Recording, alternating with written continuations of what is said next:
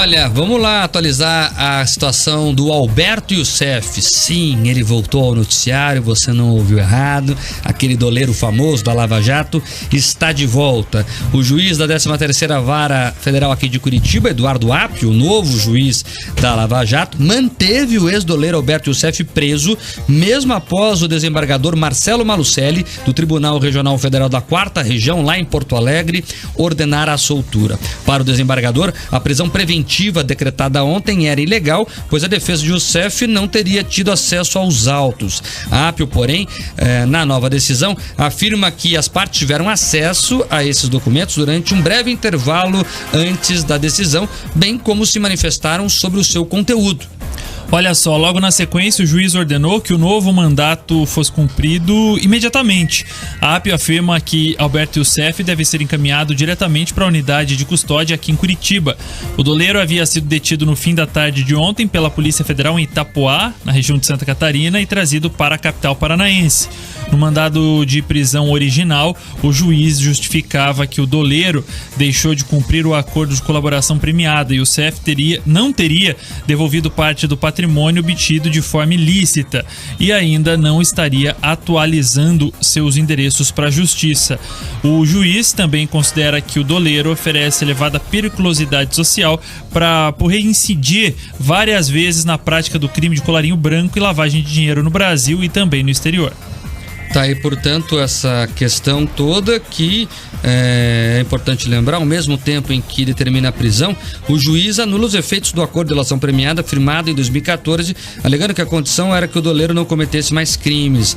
Mais informações sobre essa chuva de decisões sobre o doleiro Alberto Youssef você encontra lá no portal riquemais.com.br. Então, tá mais ou menos aquela música, não sei se fico, não sei se vou, é mais ou menos isso. Agora vamos lá entender. Essa decisão é considerada frágil por vários juristas. Tanto é verdade que o Tribunal Regional Federal da 4ª Região, lá em Porto Alegre, cassou ela quase de bate-pronto, né? O juiz deu essa decisão ontem, né? E hoje ela já foi cassada ali pelo relator da Lava Jato, pelo novo relator da Lava Jato, desembargador Marcelo Malucelli, que é aqui do Paraná. Trabalhou muito tempo aqui em Curitiba, inclusive, conhece bem os bastidores da operação, inclusive. Agora, é importante dizer o seguinte, né? O que a gente vê ali é uma decisão um tanto quanto frágil. O Youssef, que já cometeu tantos crimes mais graves, né? E estava livre por isso, porque ele ajudou a investigação, né? Agora vai ser preso porque, em tese, ele não teria dito o endereço onde estava. Ocorre que, segundo a defesa, ele avisou sim, estava lá nos autos da execução penal o endereço de Itapoá, que era um endereço secundário, né? Não era endereço primário, mas estava avisado, segundo a defesa, né? Tanto é que conseguiu derrubar lá essa prisão em Porto Alegre, segunda instância. E aí parece meio que um jogo de gato e rato, não entre polícia e bandido, mas entre setores do judiciário. Aí o juiz de Curitiba aqui, que é aquele que assinava documentos com LUL 22, manda prender. Aí Porto Alegre, que é a instância revisora dele, manda soltar. E aí ele manda prender de novo, porque achou outro motivo. E aí você vai descredibilizando o judiciário brasileiro. É a Justiça Federal que nós estamos falando aqui, tá? Escola, não é a primeira vez que acontece isso. Eu lembro, vou contar aqui um caos, como se diz lá no interior. Eu tinha acabado de casar, a escola, tava ali né, no pós-núpcias ali, e o Lula tava preso aqui em Curitiba. E aconteceu o seguinte, um juiz de plantão lá, eu não recordo o nome do desembargador agora, lá de Porto Alegre, mandou soltar o Lula. E aí o Sérgio Moro aqui de Curitiba mandou prender e mandou soltar, e ficou essa confusão num fim de semana aqui, e eu tava de férias e o pessoal da redação me ligando, não, eu sei, mas só você tem os contatos aí pra confirmar a informação e tal. Como é que é o nome dele?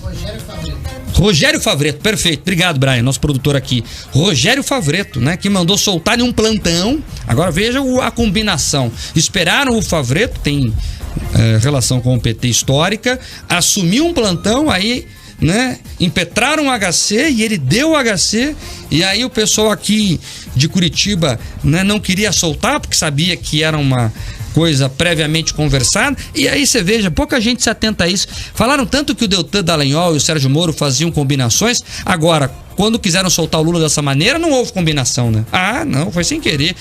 Favreto virou plantão. Olha, vamos colocar o HC lá, mas sem querer. Sem querer, enfim, aí ele deu também a decisão. Então, assim, né, são esses pontos aí da Lava Jato incontroversos, né, que a operação tem. E de novo a gente vê a situação dessa, né, setores do judiciário brigando. Aí Porto Alegre manda soltar, aqui manda prender. Então o status é qual agora? Ele tá preso, né? Tá preso, vamos ver o que Porto Alegre vai fazer diante dessa nova prisão, desse novo mandado de prisão do Alberto Youssef. Escola, vamos falar do mérito aqui dessa questão? O Alberto Youssef é um criminoso contumaz, não há dúvida sobre isso. Talvez seja um dos maiores doleiros do planeta. Ele roubou mais no caso Banestar do que no caso da Lava Jato. As pessoas olham para a Lava Jato e já acham os números grandes. Vocês não viram o que ele fez no Banestar? Muito maior, mas muito maior. Muito mais dinheiro. Ele mesmo conta, eu já tive a oportunidade de entrevistá-lo, que ele andava com aviões desses de pequeno porte até a janela de dinheiro, nota, do Paraguai. Tinha um banco BIC do Paraguai que eles usavam para lavar dinheiro, enfim. É até uma história legal de contar um dia num livro. Então, ele é um criminoso contumaz, não há dúvida. Mas ele ajudou sim nas investigações. Os bilhões recuperados pela Petrobras através da Lava Jato, por meio da Lava Jato, foram graças à delação do Youssef, que abriu ali a porteira. Eu lembro que ele foi o primeiro delator da operação. Dali falou Paulo Roberto Costa, diretor de abastecimento da companhia, e ali outros delatores começaram a contar seus crimes. Muita gente critica a delação premiada, que não sei o quê, que é ruim. Agora, eu lembro que ninguém confessa o que não fez, e mais, ninguém devolve o que não roubou. Então é importante sempre lembrar disso. A delação premiada, tem muito advogado, criminalista que é contra a delação. Delação é uma ferramenta da defesa. Ué, se o cara é culpado mesmo, o advogado tem dever de defender o cliente. Ó, escola, você fez coisa errada, então, melhor confessar e devolver o dinheiro e tentar ter uma redução de pena. Se você é culpado, o advogado tem que pensar no cliente. Então, a delação tem que ser pensada como uma ferramenta da defesa sempre, não o contrário. Então, a delação funciona, os crimes só foram descobertos por causa da delação e a gente tem que sempre lembrar disso. Que o Youssef é bandido? Mas espere ele cometer o próximo crime. Pelo que eu entendi aqui, não está bem configurado esse novo crime. Mark, a sensação que eu tenho é que essa nova equipe, essa nova formação da Lava Jato aqui em Curitiba, ela tá tentando buscar algum protagonismo, mas pelos caminhos que não são tão corretos ou tão aceitos assim. Mas você falava do Youssef, eu lembro que a Lava Jato você conhece de cabo a rabo, né? O Mark participou de todas as fases, de todos os momentos de Lava Jato.